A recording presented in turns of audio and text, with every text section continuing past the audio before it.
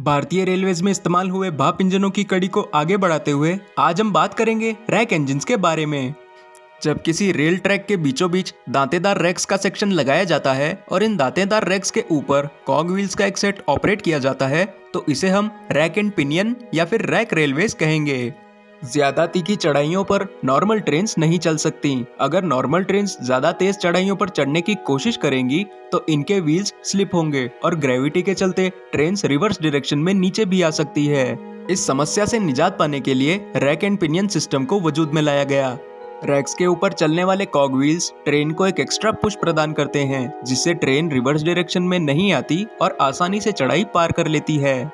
इस rack and pinion system की प्रणाली इतनी कारगर है कि 45 डिग्री से ज्यादा की चढ़ाई को भी ट्रेन आसानी से पार कर सकती है। जिन सेक्शंस पर शुरू से अंत तक कंटिन्यूअस रैक्स बिछाए जाते हैं उन्हें हम प्योर रैक कहते हैं और जिन सेक्शंस में सिर्फ खड़ी चढ़ाइयों के बीच में ही रैक्स को लगाया जाता है तो उन्हें हम रैक एंड अधेजन सेक्शन कहेंगे। रैक एंड अधेजन रेलवेज में जब रैक वाले सेक्शन की शुरुआत होती है तो इसकी शुरुआत में ही रैक्स के नीचे एक स्प्रिंग मैकेनिज्म भी लगाया जाता है जिसका मकसद ये होता है कि कॉग व्हील अपनी जगह पर आसानी से बैठ जाए। इस रैक एंड पिनियन सिस्टम को साल 1811 में ब्रिटेन के इंजीनियर जॉन ब्लिंकिंसप ने पेटेंट करवाया था, लेकिन उनके द्वारा बनाया गया डिजाइन केवल माल ढुलाई के लिए था, न कि खड़ी चढ़ाइयों पर चढ़ने के लिए। रैक रेलवेज का सबसे इम्पोर्टेंट पार्ट उनके रैक्स होते हैं और इन रैक्स के भी हमें कई प्रकार नजर आते हैं। तो चलिए पहले इन रैक्स के बारे में बात करते हैं। इस लिस्ट में सबसे पहला नाम निकल कर आता है फेल रेलवे सिस्टम का और इस डिजाइन को साल 1860 में बनाया गया था, लेकिन इस डिजाइन में किसी भी प्रकार के कॉग व्हील या दांतेदार रैक्स का प्रयोग नहीं किया गया था। बजाय इसके हमें बीच में केवल एक सिंपल रेल ही नजर आती थी और इस रेल के दोनों तरफ हमें हॉरिजॉन्टल पोजीशन में व्हील्स दिखते थे जो कि इस बीच वाली रेल के चिपक के चलते थे और इस वजह से ट्रेन ठीक ठाक ऊंचाई को पार कर सकती थी। इस लिस्ट में अगला नाम आता है मार्श सिस्टम का। इस सिस्टम को साल 1861 में अमेरिका के इंजीनियर सिल्वर्टर मार्श ने पेटेंट करवाया था। ये वो पहला रैक सिस्टम था जिसमें कॉग व्हील्स का प्रयोग किया गया था। इसके रैक्स का साइज काफी पतला था और ये साइकिल की चेन की तरह नजर आते थे। इस लिस्ट में अगला नाम निकल कर आता है रिगनबैक सिस्टम का। इस डिजाइन को साल 1871 में निकोलस रिगनबैक ने पेटेंट करवाया था। इस सिस्टम में स्क्वायर शेप की बड़ी बड़ी स्टील प्लेट्स का प्रयोग किया जाता था जो कि काफी भारी और महंगी होती थी। अब बात करते हैं एप्ट सिस्टम के बारे में। इस डिजाइन को साल 1882 में Swiss engineer Carl Roman Abt ने पेटेंट करवाया था।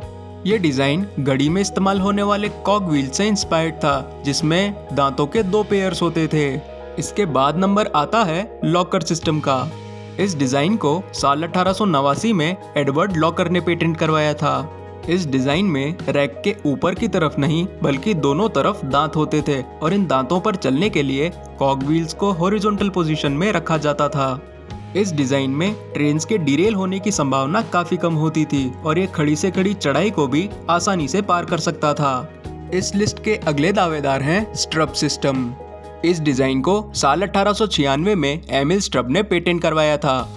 इस डिजाइन में फ्लैट रेल्स का प्रयोग किया जाता था जिस पर दांत बने होते थे और इस डिजाइन में एक सेफ्टी जॉ भी देखने को मिलता था जिसके कारण इसका मेंटेनेंस आसान था और ये काफी सेफ भी था। इस लिस्ट के आखिरी बचे सेट का नाम है मॉर्गन सिस्टम। इस डिजाइन का आविष्कार साल 1900 में ईसी मॉर्गन द्वारा किया गया था और ये डिजाइन रिगनबैक सिस्टम से काफी मिलता जुलता था, लेकिन इस डिजाइन द्वारा रेल ट्रैक से डायरेक्ट लोकोमोटिव को पावर सप्लाई भी की जा सकती थी। हमने रैक्स के बारे में जान लिया और अब हम चर्चा करते हैं भारत में इस्तेमाल हुए रैक रेलवेज के बारे में। तो भारत का इकलौता और एकमात्र रैक रेलवे है नीलगिरी माउंटेन रेलवे। भारत के तमिलनाडु राज्य में स्थित ये रेलवे ट्रैक एशिया का सबसे तीखी चढ़ाई वाला रेल ट्रैक है। ये रेल ट्रैक मीटर गेज पर बना है जिसकी लंबाई 45 किलोमीटर है। इस रेलवे का सबसे पहला सेक्शन साल 1899 में मेट्टुपालयम से कुन्नूर के बीच में खोला गया था और साल 1908 आते आते इस सेक्शन को उदगमंडलम या फिर ऊटी तक एक्सटेंड कर दिया गया। 45 किलोमीटर लंबे इस रेलवे में रैक वाला सेक्शन कल्लार से कुन्नूर के बीच में देखने को मिलता है क्योंकि यह सेक्शन काफी ज्यादा तीखा है और इस सेक्शन में एप्ट सिस्टम का प्रयोग किया गया था। इस रूट का सबसे पहला लोकोमोटिव आर क्लास का लोकोमोटिव था, जिसे ब्रिटेन की बेयर पिकॉक एंड कंपनी ने बनाया था। ये लोकोमोटिव नीलगिरी माउंटेन रेलवेज का ओरिजिनल लोकोमोटिव माना जाता है और ये भारत का सबसे पहला रैक इंजन था। लेकिन ये लोकोमोटिव कुछ खास अच्छा परफॉर्म नहीं कर पाया, क्योंकि ये लोकोमोटिव ज्यादा कोचेस को खींचने में सक्षम नहीं था, जिसके चलते इंजीनियर्स नए विकल्पों की तलाश में थे। इंजीनियर्स की ये खोज साल 1914 में खत्म हुई, क्योंकि उन्हें इससे भी ज्यादा मजबूत और अच्छा लोकोमोटिव स्विट्जरलैंड में मिला था। ये लोकोमोटिव और कोई नहीं बल्कि एक्स क्लास का लोकोमोटिव है, जिसे नीलगिरी माउंटेन रेलवेज का हीरो माना जाता है। इसे Swiss locomotive and machine works द्वारा बनाया गया था और ये लोकोमोटिव एक कंपाउंड स्टीम इंजन था। नॉर्मल स्टीम इंजन में हमें 2 सिलेंडर्स का प्रयोग देखने को मिलता है, लेकिन कंपाउंड लोकोमोटिव्स में सिलेंडर्स की संख्या ज्यादा होती है। बॉयलर से निकली स्टीम का प्रेशर काफी ज्यादा होता है, जिसके चलते इसे सबसे पहले हाई प्रेशर सिलेंडर में भेजा जाता है और इस सिलेंडर में इस्तेमाल होने के बाद जब स्टीम का प्रेशर काफी कम बचता है तो इसे हम लोअर सिलेंडर में भेज देते हैं। इस प्रणाली में स्टीम का पूरा इस्तेमाल कर लिया जाता है और इसे ही हम कंपाउंड लोकोमोटिव कहते हैं। इस प्रणाली के बारे में हमने पिछले वीडियो में मैलेट लोकोमोटिव के रूप में बात की थी। इस लोकोमोटिव के व्हील बेस पर अगर हम नजर डालें तो हमें व्हील्स के 2 सेट नजर आते हैं, एक ऊपर और एक नीचे। इसमें सबसे पहले स्टीम नीचे वाले सिलेंडर में आती है, क्योंकि ये हाई प्रेशर सिलेंडर है और ये सिलेंडर ट्रैक्स पर चलने वाले व्हील्स को पावर देता है। नीचे वाले सिलेंडर के बाद स्टीम ऊपर वाले सिलेंडर में आती है, जो कि लो प्रेशर सिलेंडर है और ऊपर वाले व्हील सेट को घुमाती है। ऊपर वाला व्हील सेट रैक्स के ऊपर चलने वाले कॉग व्हील को पावर देता है। इसी के चलते जब ये लोकोमोटिव नॉर्मल ट्रैक्स पे होता है तो हमें केवल नीचे वाले व्हील्स काम करते नजर आते हैं, और जब ये लोकोमोटिव रैक वाले सेक्शन में प्रवेश करता है तो हमें ऊपर और नीचे दोनों ही व्हील सेट चलते हुए नजर आते हैं। बात करें अगर स्पेसिफिकेशंस की तो ये लोकोमोटिव 12,000 किलो का टॉर्क और 900 HP की पावर जनरेट करता था। वहीं नॉर्मल ट्रैक्स पर इसकी मैक्सिमम स्पीड 30 किलोमीटर प्रति घंटा होती थी, तो रैक वाले सेक्शन पे इसे 15 किलोमीटर प्रति घंटे पर रिस्ट्रिक्ट कर दिया जाता था, जिसके चलते ये भारत का सबसे स्लो लोकोमोटिव है। अगर बात करें इसके व्हील अरेंजमेंट्स की तो इस लोकोमोटिव का व्हील अरेंजमेंट 082RT है, जिसमें RT का मतलब रैक ट्रैक्शन है, यानी कि ये लोकोमोटिव रैक रेलवेज पर चलता है।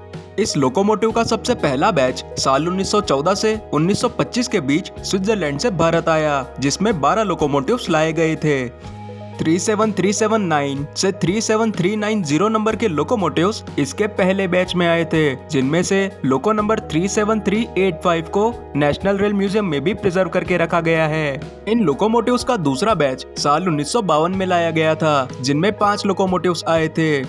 37391 से 37395 नंबर के लोकोमोटिव्स इसके सेकंड बैच में लाए गए थे। ये लोकोमोटिव्स इस रूट पर आते ही सुपर हिट हो गए और ये ज्यादा से ज्यादा कोचेस को भी खींचने में सक्षम थे, जिसके चलते इनका उपयोग आज भी होता है। इस सेक्शन पर चलने वाले कोचेस भी आम कोचेस की तुलना में अलग हैं। इन कोचेस के नीचे भी हमें कॉग व्हील्स का सेट नजर आता है, जो कि खड़ी चढ़ाइयों पर कोचेस को सपोर्ट करते हैं और ट्रेन को रिवर्स डायरेक्शन में नीचे आने से बचाते हैं। हर कोच में ब्रेक्स और कॉग व्हील्स को कंट्रोल करने के लिए हमें अलग अलग कंट्रोल्स भी देखने को मिलते हैं। इनमें से रेड वाला कंट्रोल ब्रेक्स के लिए होता है, तो येलो वाला कंट्रोल कॉग व्हील्स के लिए होता है, और इन कंट्रोल्स का पूरा दारोमदार इन सज्जन पुरुष के हाथ में होता है, जिन्हें ब्रेक्समैन कहते हैं। ये लोकोमोटिव्स आम लोकोमोटिव्स की ही तरह कोयले से चला करते थे, जो कि इनके लिए सबसे बड़ी समस्या थी, क्योंकि घाट सेक्शन में लगातार कोयले को झोंकने के लिए 3 फायरमैन लगते थे, और तो और किसी टनल के आने पर कैबिन में काफी ज्यादा धुआं हो जाता था, जिससे दम घुटने जैसी समस्या भी आती थी। कोयले के दाम भी दिन प्रतिदिन बढ़ रहे थे, जिसके चलते इस लोकोमोटिव को चलाना घाटे का सौदा साबित हो रहा था। तो हमारे इंजीनियर्स ने साल 2002 में इन लोकोमोटिव्स को ऑयल पावर्ड लोकोमोटिव्स में कन्वर्ट कर दिया। इन लोकोमोटिव्स के बॉयलर के ऊपर ऑयल टैंक को लगाया गया था, जिसमें फर्नेस ऑयल भरा जाता था, और यही फर्नेस ऑयल इसके फायर बॉक्स में जलाया जाता था। इस लोकोमोटिव में कोयले की कोई जरूरत नहीं थी, जिसके चलते इसके कोल बंकर को भी मॉडिफाई किया गया। इसके कोल बंकर में अब ऑक्सिलरी जनरेटर को लगाया गया, जो कि लोकोमोटिव और ट्रेन की इलेक्ट्रिसिटी को पूरा करते थे। साथ ही साथ ये जनरेटर्स लोकोमोटिव के फ्यूल पंप और वाटर पंप को भी पावर दिया करते थे। एक्स क्लास के लोकोमोटिव्स को हमारे भारतीय रेलवेज का सबसे कॉम्प्लिकेटेड लोकोमोटिव माना जाता है। इसका कारण यह है कि इसकी रिवर्स इंजीनियरिंग करने में हमारे इंजीनियर्स को 11 साल का समय लग गया। रिवर्स इंजीनियरिंग में सफल होने के बाद हमारे इंजीनियर्स ने इसका मेड इन इंडिया वर्जन साल 2011 में निकाला था और ये लोकोमोटिव गोल्डन रॉक वर्कशॉप द्वारा बनाया गया था। साल 2011 से साल 2014 के बीच इन लोकोमोटिव्स की 4 यूनिट्स को गोल्डन रॉक वर्कशॉप द्वारा ही बनाया गया था, जिनका नंबर 37396 से 37399 के बीच था। इन्हीं दिनों में इन लोकोमोटिव्स के पावर सोर्स को फिर से बदला गया। फर्नेस ऑयल की सबसे बड़ी खामी ये थी कि ये बहुत ज्यादा पोल्यूशन करता था और टनल्स में ड्राइवर्स की हालत बद से बदतर हो जाया करती थी, तो इस फर्नेस ऑयल को हाई स्पीड डीजल से रिप्लेस कर दिया गया।